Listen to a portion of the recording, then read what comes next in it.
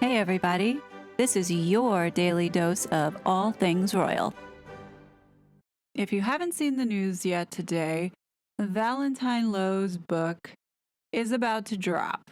And what has been released from the Sunday Times is a small taste of what we're supposed to expect. I had the chance to read this article today, and my initial impression was feeling a bit underwhelmed. And the reason why I say that is because what was mentioned, and I can go through some of it in a second, is nothing that we haven't heard before. The only thing that I felt was really emphasized in it was how nasty Meghan and Harry as well.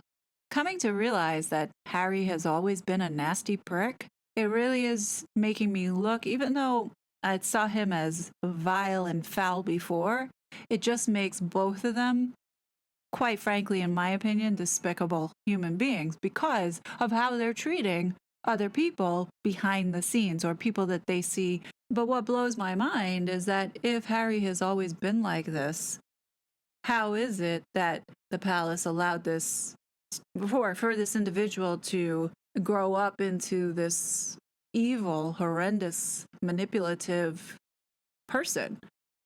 You gotta question, well, what else is going on behind? Are we seeing the real of the members of the royal family? I mean, not for nothing, but these two are really hurting the royal brand because who's to say that the rest of the family is not like this from behind the scenes, but putting on this facade in front of us? We look at Kate and William, and they're like the perfect picture of what a family is supposed to be. Is that carefully crafted for the image? And maybe they're not like this from behind the scenes. But you have people, the courtiers, who are protecting them at every cost to make sure that they look good. I think what concerns me the most, though, is that for a while, the people who were being abused had reported it. It didn't go further, and they tried to protect Meghan over the staff. And that is a tough thing to know because it was going on and they were aware about it. And then you wonder who else in the family had similar experiences with their staff. And I think that, and I'm hoping that this book does talk about that because I feel like we already know a lot of this stuff because it has been out or it has been leaked out over the last 4 years.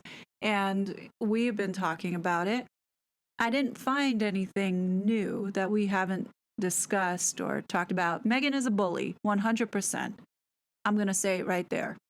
And then, two, we know that she's a thirsty Hollywood actress that thought that getting into this family was going to command all this stardom in Hollywood. In fact, it's actually having the opposite direction. I think what's important is we have to, especially on the American side, communicate how distasteful and how vulgar and what two jerks they are to people because they're here trying to grift off the backs of the American people.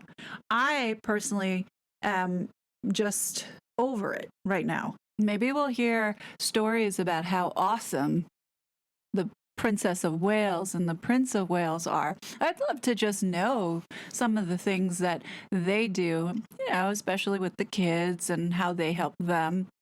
I think that would also be a really nice thing to learn. I believe we know what we're dealing with Harry and Meghan. Now, I haven't figured out how I want to cover this book yet. I definitely can't read it chapter by chapter, and give commentary like what I did with the book Revenge because of copyright infringement. But what I might do is I may do a story time live over on the Reading Room, which is the other channel that I have. I think I would be able to do that because it's a live and it would be like as if it was a book club and I was getting together with my friends to talk about it. But I'll have to do some research on how to avoid any sort of copyright infringement, but give you guys the gist of what's going on in this book. But if there's anything that is worth talking about that is new to us, I definitely will be broadcasting it here and covering it. So we'll see what happens. But I will put the link to the article below if you are interested in reading it yourself. I personally was not too impressed by it. And that's why I didn't read the article out to you, because I feel it's things that we already know. But we'll just have to wait and see when it drops. And what is certain, and I saw this on Reddit today, that Meghan Markle is in overdrive to push out this narrative that she's some humanitarian and activist, which we know is a lie. The issue that we have is the US media is pushing this facade that Meghan wants for the left, and the left-wing media is determined to force this garbage down our throats in order to save face, because they too were duped by this manipulative liar. But what the liberal lefts do, they deflect and they pretend that it didn't even exist. I want to show you something that has nothing to do with Meghan Markle, but it does, in the sense of the people like Meghan Markle who think this way. This is what these people are doing to the youth. Listen to this boy. He's actually a freshman in high school. I applaud the courage that this young man has to stand up and speak the truth, knowing that there could be potential retaliation. Despite the board's attempt to deny it, District 196 schools are quickly becoming a place where promoting activism is actually more important than promoting education.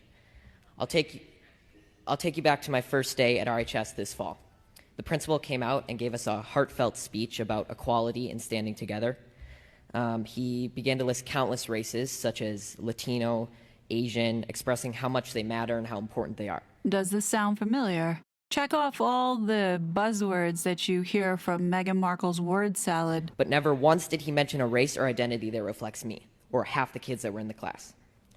Now, members of the board, I know you haven't been to school in a while, and I know none of you, or most of you, don't have any kids left in the school district. But you must admit how uncomfortable it will be to be characterized just by your skin color on the first day of school, and be thought that you were wrong just because of your skin color.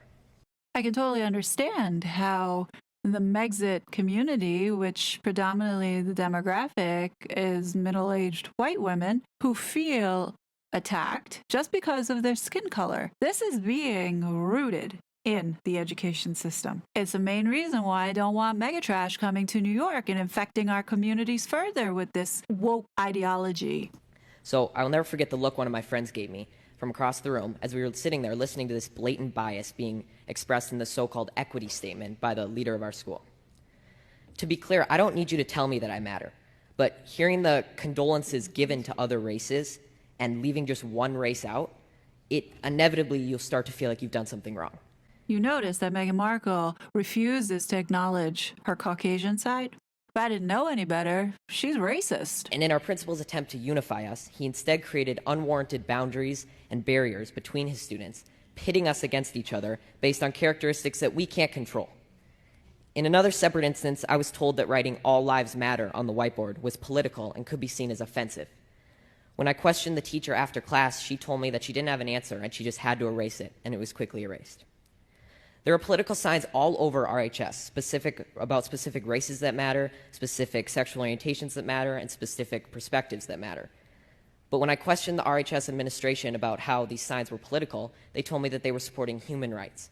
So when I questioned why the equity statement couldn't represent all students, they told me that to even ask that question was outlandish and offensive. And when I asked why that was, they told me, quote, "Whites have a pretty good situation right now," unquote. So is that not racism? Disregarding my question merely because of the color of my skin? To be honest, after enduring a year of the people in charge telling me that I'm a racist and I'm privileged and pointing out our irreversible differences, I've never noticed race more. And it's becoming the first thing I notice when I meet someone, which has never before been the case. And I understand where this kid is coming from, because as a minority, I never had to think of myself being different, nor did I ever look at my skin color to say, hey, I'm different from a Caucasian person. This is a serious problem, because when you realize it, you can't unsee it. RHS administration confidently told me that RHS students and staff are happy with their equity statement, But from my experience in talking with other students, this is not the case. I know many kids who disagree with their teachers, but they're too scared to stand up because they're worried that their grades will be docked and their learning experience will be affected. My honors government teacher, I'm not going to say his name, but he's mentioned that Democrats care more about all people while Republicans only care about themselves. And he's also inferred to us that socialism is better than democracy. He even had a statue. He had a statue of a socialist leader in his classroom. I've been told by a lot of kids that they just stay silent and adjust their schoolwork to reflect an acceptable opinion to secure a good grade.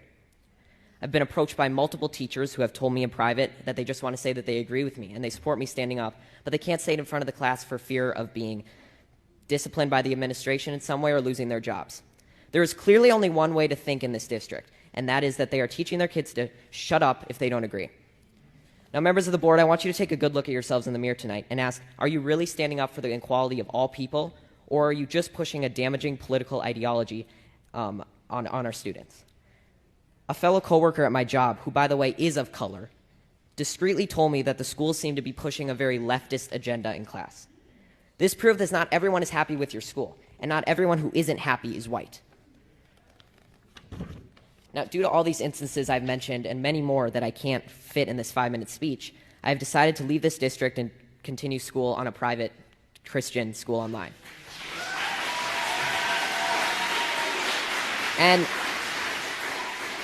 And there will be sacrifices, and I will not get to walk in the graduation ceremony or attend milestones at RHS, but I will be able to learn in an environment that is not intent on punishing me daily for my skin color and political views.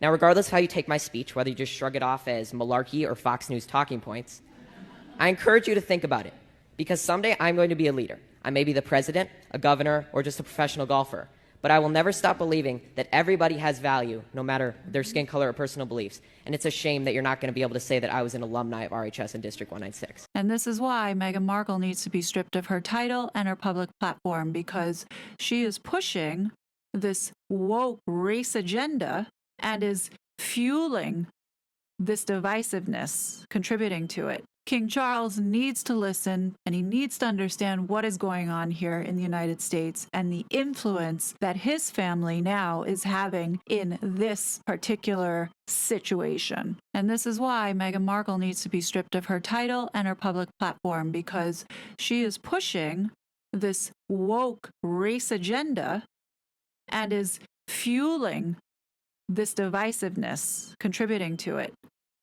King Charles needs to listen, and he needs to understand what is going on here in the United States and the influence that his family now is having in this particular situation.